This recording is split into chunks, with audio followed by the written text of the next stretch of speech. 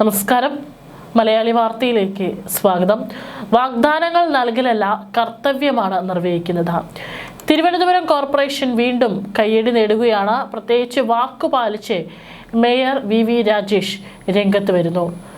ഇപ്പോൾ പുതിയ കോർപ്പറേഷൻ ഭരണം അധികാരത്തിൽ വന്ന് ഒരു മാസം പിന്നിടുമ്പോൾ തങ്ങൾ തിരഞ്ഞെടുപ്പ് വേളയിൽ തങ്ങളുടെ വോട്ടർമാർക്ക് നൽകിയിട്ടുള്ള വാഗ്ദാനങ്ങളൊക്കെ തന്നെ ഓരോന്നായി പാലിച്ചുകൊണ്ടിരിക്കുകയാണ് തിരുവനന്തപുരം കോർപ്പറേഷൻ. ഇപ്പോൾ കോർപ്പറേഷൻ KSRTC തർക്കം പരിഹരിച്ച് നഗരത്തിലെ ഇട റോഡുകളിലേക്ക് ഇലക്ട്രിക് ബസ്സുകൾ തിരിച്ചെത്തി. പുതിയ സർവീസിൻ്റെ ഉദ്ഘാടനം രാവിലെ മേയറുടെ വാർഡായ കൊടുങ്ങാനൂരിൽ നടന്നു. അതിൻ്റെ ദൃശ്യങ്ങളൊക്കെ തന്നെ പുറത്തു വന്നിട്ടുണ്ട്.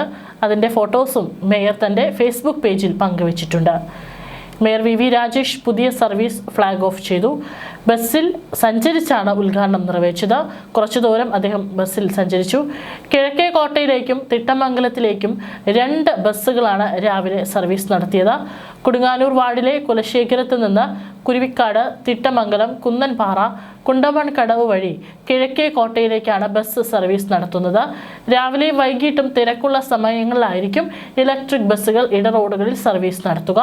നിലവിൽ KSRTC സർവീസ് ഇല്ലാത്ത വഴികളാണ് പരിഗണിക്കുന്നത്.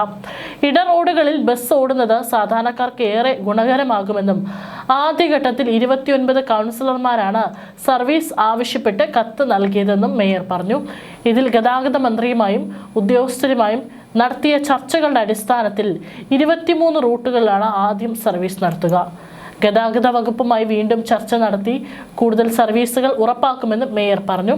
സ്മാർട്ട് സിറ്റി പദ്ധതിയുടെ ഭാഗമായി നഗരത്തിലെ വായുമലിനീകരണം കുറയ്ക്കാൻ വാങ്ങിയ 113 ബസ്സുകൾ നഗരത്തിന് പുറത്തേക്ക് സർവീസ് നടത്തുന്നതിനെ ചൊല്ലി മേയറും ഗതാഗത മന്ത്രിയും തമ്മിൽ തർക്കം നടന്നിരുന്നു. പിന്നീട് ഇരുവരും തമ്മിൽ നടത്തിയ കൂടിക്കാഴ്ചയിലാണ് ഇട റോഡുകളിൽ വീണ്ടും സർവീസ് നടത്താൻ ധാരണയായത്. അദ്ദേഹം ഇതിനെ നല്ല രീതിയിൽ തന്നെ ഇടപെട്ട് ഒരു പരിഹാരം കണ്ടെത്തി എന്നുള്ള വളരെ പോസിറ്റീവായിട്ടുള്ള അഭിപ്രായങ്ങൾ കൂടി നിലനിൽക്കുന്നുണ്ട്. രണ്ടുപേരുടെ ഭാഗത്തു നിന്ന് വളരെ നല്ല രീതിയിലുള്ള ഒരു ഇടപെടൽ വന്നു. പ്രത്യേകിച്ച് രാഷ്ട്രീയമൊന്നും കലർത്താതെ അല്ലെങ്കിൽ ഒരു പകപോക്കുന്ന തരത്തിലുള്ള ഒരു നടപടി ഒന്നുമല്ല ഉണ്ടായത്. കൃത്യമായിട്ടുള്ള ഇടപെടൽ മൂലമാണ് KSRTC സഹകരിച്ച് ഇപ്പോൾ ഈ ഒരു ബസ് സർവീസ് നടത്തുന്നത്. ഏതായാലും നിരവധി ആളുകളാണ് സാധാരണക്കാരായിട്ടുള്ള ബസ്സിൽ നിന്ന് യാത്ര ചെയ്തിട്ടുള്ള ആളുകൾ ഇന്ന് പ്രതികരിച്ചിട്ടുണ്ട്. അതിൽ കൂടുതലും അമ്മമാരും അതുപോലെ തന്നെ പ്രായമായിട്ടുള്ള ആളുകളാണ് ഇതിൽ ഏറെ സന്തോഷമെന്ന് പറഞ്ഞുകൊണ്ട് പ്രതികരിച്ചിരിക്കുന്നത്. ഇതിൽ ഒരു അമ്മ പറഞ്ഞിരുന്നത്, ഞങ്ങൾ സ്ത്രീകൾക്കും അതുപോലെ തന്നെ പ്രായമായവർക്കൊക്കെ തന്നെ ഏറെ ഉപകാരമാണ്. കാരണം പലയിടത്തേക്കും ബസ് സർവീസ് ഇല്ലാത്തതിനാൽ പകുതി വരെ വന്ന് അവിടെ നിന്ന് ഓട്ടോ വിളിച്ചു പോകേണ്ട ഗതികേടാണ്. അപ്പോൾ എന്നും ഇത്തരത്തിൽ ഓട്ടോ വിളിക്കേണ്ടി വരുമ്പോഴും അതും ബുദ്ധിമുട്ടാണ്. ഇത്തരത്തിൽ ബസ് വന്നതോടുകൂടി ബസ് കൃത്യമായിട്ട് തങ്ങളുടെ സ്ഥലത്ത് ഇറങ്ങാൻ സാധിക്കുന്നുണ്ട് എന്ന് പറയുന്നുണ്ട്. പിന്നെ പ്രായമായിട്ടുള്ള ഒരു അച്ഛനും പ്രതികരിച്ചപ്പോൾ പറഞ്ഞത്, ഞങ്ങളെ പോലെയുള്ള സാധാരണക്കാർക്ക് വേണ്ടിയിട്ട് ഈ ഒരു സർവീസ് നടത്തിയത് അത് വളരെ ഉപകാരമായി. കുറേ ദൂരം അല്ലെങ്കിൽ നടക്കേണ്ട ഒരു ഗതികേടായിരുന്നു, ഇപ്പോൾ അത് മാറി എന്നാണ് പറഞ്ഞിട്ടുള്ളത്. ഏതായാലും അദ്ദേഹത്തെ ഒരുപാട് അമ്മമാരാണ് അതിനുശേഷം അവിടെ നിന്ന് സെൽഫിയൊക്കെ എടുക്കുന്നുണ്ടായിരുന്നു. ഹരിതകർമ്മ സേനയിലുള്ള വീട്ടമ്മമാരൊക്കെ തന്നെ അദ്ദേഹത്തെ വന്ന് സ്നേഹത്തോടു കൂടി ചുറ്റും നിൽക്കുന്നതും കാര്യങ്ങൾ ചോദിക്കുന്നതും പൊന്നാട അണിയിക്കുന്നതൊക്കെ തന്നെ അതിൻ്റെ ദൃശ്യങ്ങളൊക്കെ തന്നെ പുറത്തു വന്നിട്ടുണ്ട്. ഇതിൻ്റെ ഉദ്ഘാടനത്തിൻ്റെ ദൃശ്യങ്ങൾ മന്ത്രി ഫേസ്ബുക്ക് പോസ്റ്റിൽ പങ്കുവച്ചിട്ടുണ്ട്. ആ പോസ്റ്റ് ഇങ്ങനെയാണ്: തെരഞ്ഞെടുപ്പ് സമയത്ത് തിരുവനന്തപുരം കോർപ്പറേഷനിലെ ഗ്രാമീണ വാർഡുകളിൽ നിന്ന് ഉയർന്നു വന്ന ആവശ്യങ്ങളിൽ ഒന്നുകൂടി യാഥാർത്ഥ്യമാകുന്നു. ഇട റോഡുകളിൽ ഇലക്ട്രിക് ബസ്സുകൾ ഇന്ന് മുതൽ വീണ്ടും ഓടിത്തുടങ്ങും. ആദ്യ സർവീസ് കൊടുങ്ങാനൂർ വാർഡിലെ കുലശേഖരത്ത് നിന്ന് ഇന്ന് രാവിലെ 7:30 ആരംഭിച്ചു.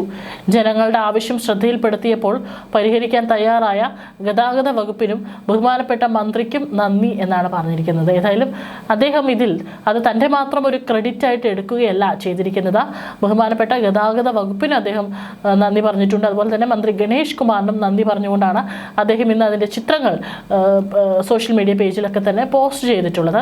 നിരവധി ആളുകളാണ് പോസ്റ്റ് ഷെയർ ചെയ്തിട്ടുണ്ട്. കുറച്ച് കമൻസ്, ഒരുപാട് കമൻസ് വന്നിട്ടുണ്ടായിരുന്നു. കുറച്ച് കമൻസ് വായിക്കാം. ഇതാണ് നയപരമായ തീരുമാനം, അല്ലാതെ ആവേശം കയറി വെല്ലുവിളിച്ച് രംഗം വഷളാക്കുന്നതല്ല പല നേതാക്കളും കണ്ടുപഠിക്കേണ്ട നിലപാട്.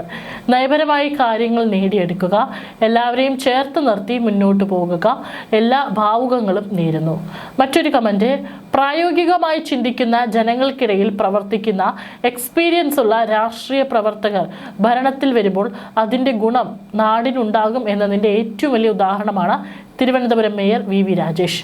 ചുമ്മാ ഷോയ്ക്ക് വേണ്ടി തിരുവനന്തപുരം മേയർ പോലെയുള്ള ഉത്തരവാദിത്തപ്പെട്ട സ്ഥാനങ്ങളിലേക്ക് കെട്ടിയിറക്കുന്നവർ വൻ പരാജയവും നാടിന് ദുരന്തവുമാകും എന്നതിൻ്റെ ഉദാഹരണമായിരുന്നു കഴിഞ്ഞ മേയർ ആര്യ രാജേന്ദ്രൻ. മറ്റൊരു കമന്റ്, അഭിനന്ദനങ്ങൾ സഹോദര, കഴിഞ്ഞ 45 വർഷമായി തിരുവനന്തപുരം മേയറെ ആളുകൾ കണ്ടിട്ടില്ല. ഇപ്പോൾ ജനങ്ങൾക്ക് നല്ലത് ചിന്തിക്കുന്ന നല്ല മനസ്സുള്ള ഒരാളെയാണ് ജനങ്ങൾ വോട്ട് ചെയ്തത് എന്ന് പറഞ്ഞുകൊണ്ട് അഭിനന്ദനങ്ങൾ നേർന്നുകൊണ്ടാണ് കമൻറ്റ് ചെയ്യുന്നത്. പിന്നെയും നിരവധി ആളുകൾ കമൻറ്റ് ചെയ്യുന്നുണ്ട്, ഇതുപോലെയുള്ള നല്ല പ്രവർത്തികളുമായിട്ടാണ് തിരുവനന്തപുരം കോർപ്പറേഷൻ വികസനത്തിൽ മുന്നോട്ട് കുതിക്കട്ടെ എന്ന് പറഞ്ഞുകൊണ്ടാണ് കൂടുതൽ ആളുകൾ കമൻറ്റ് ചെയ്തിരിക്കുന്നത്. ഏതായാലും ഇപ്പോൾ ഇന്ന് ഇവിടുത്തെ മാത്രം ഉദ്ഘാടനമാണ് കഴിഞ്ഞിരിക്കുന്നത്. വി രാജേഷ് ഇന്ന് മാധ്യമങ്ങളോട് പ്രതികരിച്ചപ്പോൾ പറഞ്ഞിട്ടുണ്ട്, ഇനി ഘട്ടം ഘട്ടമായി ഏതൊക്കെ റൂട്ടുകളിലേക്കാണ് ബസ് സർവീസുകൾ വേണ്ടത് എന്നുള്ളതിനെക്കുറിച്ച് കൃത്യമായിട്ട് ഒരു ധാരണയിലെത്തി ആ ഭാഗത്തേക്കും കൂടി ബസ് സർവീസുകൾ എത്രയും വേഗം തന്നെ സർവീസ് ആരംഭിക്കുമെന്നും അദ്ദേഹം പറഞ്ഞിട്ടുണ്ട്. ഏതായാലും ജനങ്ങളുടെ പ്രശ്നങ്ങൾ കൃത്യമായി തന്നെ പരിഹരിച്ചിട്ടുണ്ട്. ആ ഒരു കമൻറ്റിൽ ഒരാൾ പറഞ്ഞതുപോലെ തർക്കത്തിനോ അല്ലെങ്കിൽ വെല്ലുവിളിക്കോ ഒരു പകയ്ക്കോ ഒന്നും തന്നെയല്ല നിൽക്കുന്നത്. സാധാരണ ഒരു രാഷ്ട്രീയക്കാരുടെ ഒരു രീതി പരസ്പരം വെല്ലുവിളിക്കുക, അല്ലെങ്കിൽ അത് ചെയ്തില്ലെങ്കിൽ പിന്നീട് അതിന് തിരിച്ചൊരു മറുപടി അങ്ങോട്ട് കൊടുക്കുക, അതൊന്നല്ല അദ്ദേഹം ചെയ്തിരിക്കുന്നത്. വളരെ സംയമനത്തോടു കൂടി തന്നെ KSRTCയുമായി സംസാരിച്ച് ഈ വിഷയത്തിൽ ഒരു ധാരണയിലെത്തി. ഏതായാലും കൃത്യമായ അത് ജനങ്ങൾക്ക് ഉപകാരമുണ്ടാവണം, എനിക്കോ എൻ്റെ പാർട്ടിക്കോ ഒരു എന്തെങ്കിലും ഒരു നേട്ടം കിട്ടാൻ വേണ്ടി ആകരുത്, ജനങ്ങളെ സേവിക്കാൻ വേണ്ടിയിട്ടാണ് അവർ വോട്ട് ചെയ്ത് അധികാരത്തിൽ എത്തിച്ചിരിക്കുന്നത്. അതുകൊണ്ട് തന്നെ ജനങ്ങൾക്ക് ഉപകാരമുണ്ടാകണം എന്ന് കരുതിയുള്ള ഒരു സംയമനം പാലിച്ചുകൊണ്ടുള്ള ഒരു ചർച്ചയാണ് ഇവിടെ KSRTCയുമായി അദ്ദേഹം നടത്തുകയും ഇപ്പോൾ ഒരു തീരുമാനം എടുത്തിരിക്കുകയും ചെയ്തിരിക്കുന്നത്. തീർച്ചയായിട്ടും നല്ല കാര്യം, ജനങ്ങൾ ഇതിനും കൈയടിക്കുകയാണ്. ഇനിയും നല്ല നല്ല പ്രവർത്തികൾ കോർപ്പറേഷൻ്റെ ഭാഗത്തു നിന്നുണ്ടാകട്ടെ എന്ന് തന്നെ നമുക്കും പ്രതീക്ഷിക്കാം. കാരണം അത് മേയർ വി രാജേഷിനെ പോലുള്ള ആളുകളുടെ അടുത്ത് നിന്ന് സാധാരണക്കാരായിട്ടുള്ള ജനങ്ങൾ ഒരുപാട് ആഗ്രഹിക്കുന്നുണ്ട്. ഇത്രയും കാലം ഭരിച്ചിരുന്ന ഒരു ഭരണം അത് എത്രത്തോളം ഉണ്ട്, എത്രത്തോളം കഷ്ടപ്പാട് നിറഞ്ഞതാണ് എന്ന് ജനങ്ങൾ തന്നെ പ്രതികരിക്കുന്നുണ്ട്. തീർച്ചയായിട്ടും അതുപോലെയുള്ള ഒരു ഭരണമായിരിക്കില്ല പുതിയ BJP കോർപ്പറേഷൻ കാഴ്ചവെക്കുന്നത് എന്നുള്ളൊരു പ്രതീക്ഷ ജനങ്ങൾക്കുണ്ട്. ഇത്തരത്തിൽ യാതൊരു പാർട്ടിയും നോക്കാതെ ഇത്തരത്തിൽ നാടിൻ്റെ വികസനം മാത്രം മുന്നിൽ കണ്ടുകൊണ്ട് പ്രവർത്തിച്ചു കഴിഞ്ഞാൽ തീർച്ചയായിട്ടും ജനങ്ങളും നല്ല രീതിയിൽ തന്നെ പോസിറ്റീവായിട്ട് പ്രതികരിക്കും. ഇവിടെ ഇപ്പോൾ ഈ പ്രതികരിച്ചിട്ടുള്ള ആളുകളൊക്കെ തന്നെ ഏതെങ്കിലും പാർട്ടിയുടെ അല്ലെങ്കിൽ പാർട്ടി അനുഭാവി ഒന്നും ആകണമെന്നില്ല. അവർ സാധാരണക്കാരായിട്ടുള്ള ജനങ്ങളാണ്. അവർ നോക്കുന്നത് തങ്ങളുടെ പ്രശ്നങ്ങൾ കേൾക്കാനും അല്ലെങ്കിൽ അതിന് കൃത്യമായിട്ടൊരു പരിഹാരം കണ്ടെത്തി അത് പരിഹരിക്കാനും പറ്റുന്ന ഒരു ജനപ്രതിനിധിയാണോ അപ്പുറത്ത് നിൽക്കുന്നത് എന്നത് മാത്രമായിരിക്കും.